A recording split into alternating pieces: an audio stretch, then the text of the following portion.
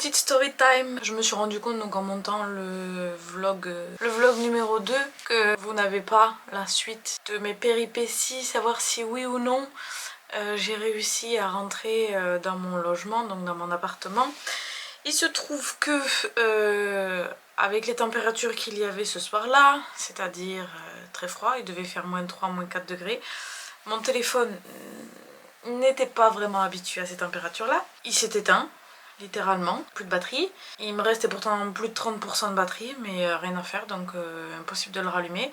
Sauf que le problème, c'est que sur mon téléphone, j'avais les codes d'entrée dans l'appartement, parce que ce ne sont que des portes verrouillées par code.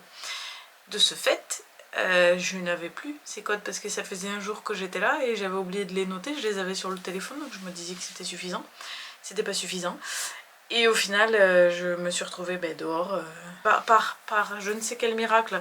Je me suis souvenue de celui du code de l'immeuble, je sais pas comment, mais j'ai réussi. Du coup, j'ai pris mon courage à deux mains, parce que forcément ma colocataire n'était pas là. Du coup, j'ai trouvé qu'une seule solution, c'était aller voir chez les voisins. Donc je suis allée chez les voisins du dessus. C'est en fait, donc nous on a un appartement de filles, et au-dessus, donc c'est des appartements de garçons. Je suis allée toquer à leur porte, et un jeune homme fort sympathique donc a ouvert. Il savait pas du tout qu'est-ce qui se passait, c'était un Coréen. Je lui ai demandé s'il pouvait me prêter donc son chargeur pour que je puisse charger mon portable et pouvoir l'allumer quelques secondes pour connaître les codes. Sauf qu'il avait que des chargeurs pour iPhone. Je n'ai pas un iPhone, j'ai un Samsung. Du coup, je me suis retrouvée dans l'impossibilité de pouvoir charger mon téléphone. Donc j'ai demandé s'il pouvait contacter la responsable de l'immeuble pour qu'elle puisse lui donner ou me donner à travers son téléphone les codes. Il l'a appelé, enfin il lui a envoyé un message et après donc elle l'a rappelé. Et donc il me l'a passé pour que je puisse avoir les codes, donc pour qu'elle me les donne directement, pas qu'elle les lui donne à lui pour que lui il les ait quoi. Donc elle me les a donnés, sauf que celui pour ma chambre, je savais qu'il y avait un 14 dans l'histoire. Et elle m'a dit 15. Je lui dis vous êtes sûr que c'est pas 14? Elle me dit non non c'est 15. Bon, ok. J'y vais, donc je lui dis au revoir, je remercie le jeune homme, j'essaie de me souvenir déjà qu'est-ce que c'est qu'elle m'avait dit comme code. Je remercie gentiment le jeune homme, je redescends, je tape le premier code, ça fonctionne. Je vais à ma porte de chambre, je tape le code avec le 14, ça fonctionne. C'était 14, c'était pas 15. Et en fait, le temps que je me prépare pour aller à la douche, quelqu'un sonne à la porte. Je dis, oh bon, qu'est-ce qui se passe? Et en fait, la responsable du bâtiment a rappelé le jeune homme pour lui dire de venir vérifier si j'avais réussi à rentrer correctement dans la chambre parce qu'elle s'était trompée au niveau du code. Je savais qu'elle s'était trompée.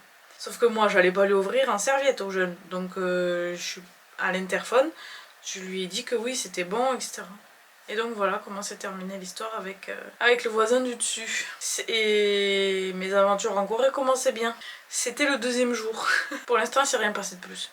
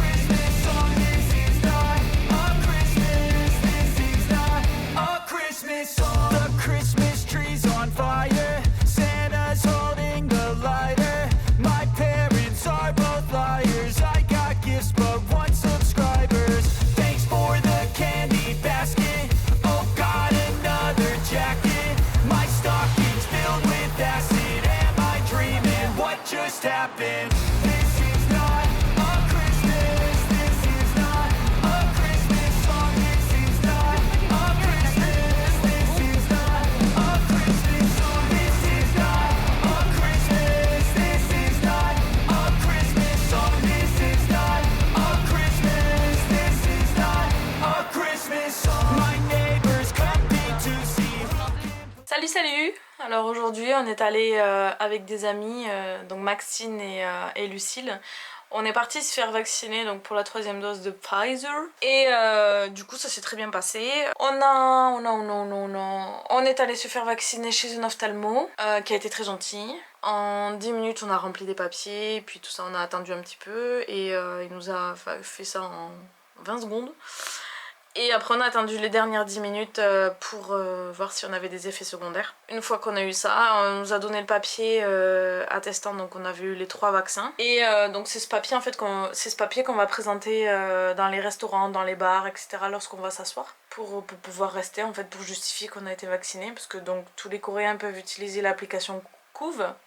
Nous on peut pas encore parce qu'on n'a pas l'ARC, l'Alien Card, qui nous permettra donc d'inscrire nos informations sur l'application une fois qu'on aura cette carte. On est parti manger, et là on a mangé du Jakalpi, comme ça, Jakalpi, je prononce pas bien mais on a mangé en gros c'était du poulet, du kimchi, des nouilles, du tteokbokki, puis du fromage au milieu, c'était un bon plat à partager à 3. Et voilà, donc on a eu fini et après je suis rentrée.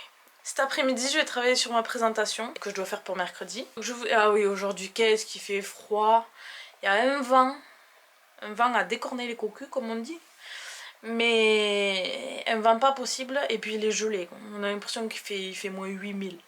Donc c'est un peu trop. Donc on est vite rentré après. Donc je pense cet après-midi, je vais pas faire grand-chose. Je vais travailler là-dessus, puis je vais monter la prochaine vidéo. Et sur ce, je vous souhaite de passer une bonne journée, je vous dis à bientôt.